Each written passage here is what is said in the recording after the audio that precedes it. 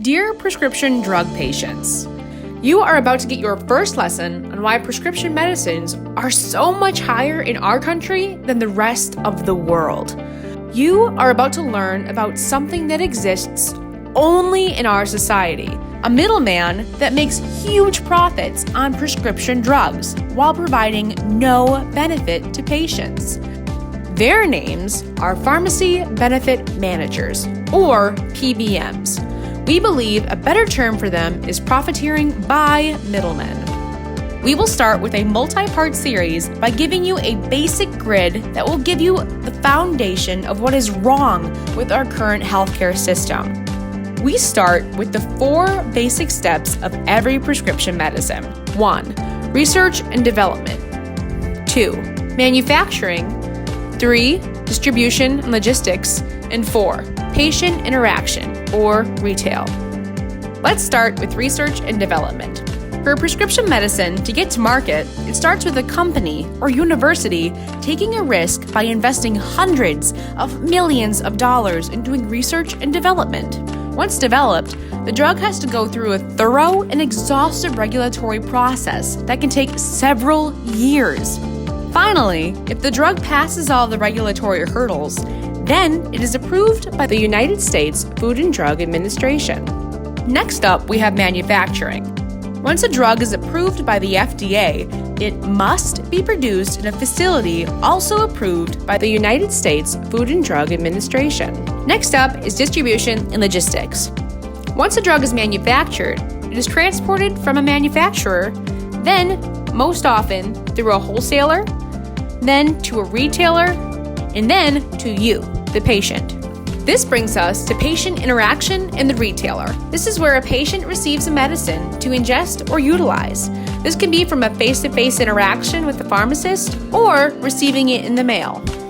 Now, we introduce the 4 typical participants in this process. First, we have manufacturers. Next, we have those PBMs. They call themselves Pharmacy Benefit Managers, but they are middlemen who profit on prescription drugs to benefit their shareholders at the expense of patients, taxpayers, and Main Street pharmacies. After the PBMs, we have wholesalers and then retailers. Now, in a simple grid, we will show you the relationship between the 4 steps in the process and the 4 participants. We want to let you know who does the work or takes the risk and who gets paid or gets the reward for these 4 steps. First, research and development. The manufacturers do the work and take the risk for doing the research and development. Only a small percentage of clinical drug trials actually get approved for patients. They recover these costs when they sell the medicine. Remember, the research and development process is long and costly. The middleman, or PBMs, take no risk, but do muscle their way to have exclusive contracts and select what drugs they will approve on their formulary, creating another obstacle for the patients and caregivers as they can refuse to cover a specific drug unless they are compensated. Thus, they have no risk but create a reward. Wholesalers and retailers have no significant risk or reward in this step. Step 2. Manufacturing. As you already know, manufacturers make the medicines and take the risk in making these in highly regulated facilities and sell to address acute or chronic medical needs as well as make a profit. The middleman, or PBMs, again have no risk in this step, but have found multiple ways to profit. They control what medicines they cover and what they don't cover. They operate in a pay-to-play manner, requiring various payments from manufacturers for their medicines to be covered. PBMs are typically publicly traded companies that are driven by profit. They are incentivized to include higher cost items and reject or exclude viable lower cost alternatives. This perverse incentive system hurts patients and taxpayers. Wholesalers and retailers don't take material risk nor get paid in this step either. Which brings us to our next step, step 3, distribution and logistics. Manufacturers, they, of course, ship the medicines after making, sometimes direct to a retailer, but most often to a wholesaler. This cost is part of their sales price.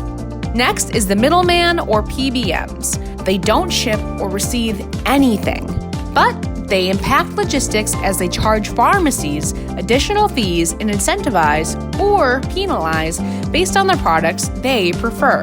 Otherwise, the ones they profit from the most. Next is wholesalers. They buy in case quantities and sell in bottles to retailers. Next is retailers. They buy bottles and sell to patients in various quantities fills, usually 30 to 90 at a time. The next step 4, is patient interaction and retail. Manufacturers don't take any risk nor earn a reward for this step. The middleman, or PBMs, however, don't see a single patient, but profit in several ways, such as through A, spread pricing, paying a pharmacy one price and charging government or private company a much higher price. The patient gets no benefit and taxpayers and insurers pay more than they should. B, clawbacks. PBMs have the pharmacy charge patients more than they need to and claw back a significant portion from the pharmacy for themselves. Wholesalers don't see patients or earn a reward for this step. That brings us to our retailers. They interact with patients and hope to earn a normal retail markup, but well over 90% of the time, the sales price is determined by the PBM. Now that the grid is complete, you will notice a startling trend.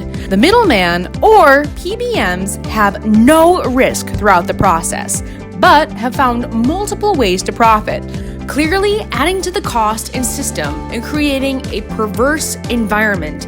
They encourage rising pharmaceutical costs as they profiteer more as prices climb. The first lesson isn't complete yet. Now, we add to the grid as to who is currently regulated and who isn't. Yes, you guessed it, manufacturers, wholesalers, and retailers are all subject to heavy and significant government regulation. These federal and state regulations are designed to protect public safety. Guess what, though? The middlemen are not regulated.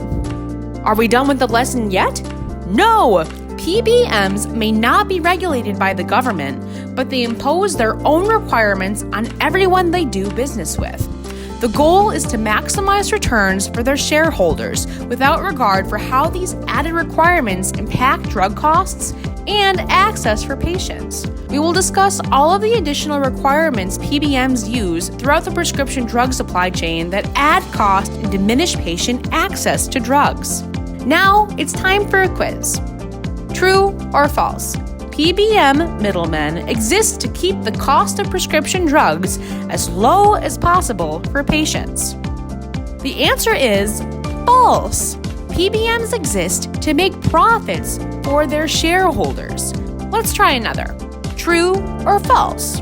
PBM middlemen restrict where patients can get their medications. True. PBMs steer patients to pharmacies they control, or mail order even if the patient prefers their local pharmacy. Last one. States across the country are reforming PBM laws to ensure patients get the prescription drugs they need at the prices they can afford from the pharmacies they trust. True. Now you can see a large source of the high cost of prescription medicines. More to come once you've had time to absorb this frustrating and shameful practice that only exists in the United States. Many other states have taken action to try and limit these abuses. Wisconsin, however, has not. Please contact your local legislators and ask them to support bills AB 114 and SB 100. Also, the Medicare programs are heavily impacted by these PBMs, and the federal government has done virtually nothing. Please let your congressmen and senators know. You can make a difference at fixrxwi.org.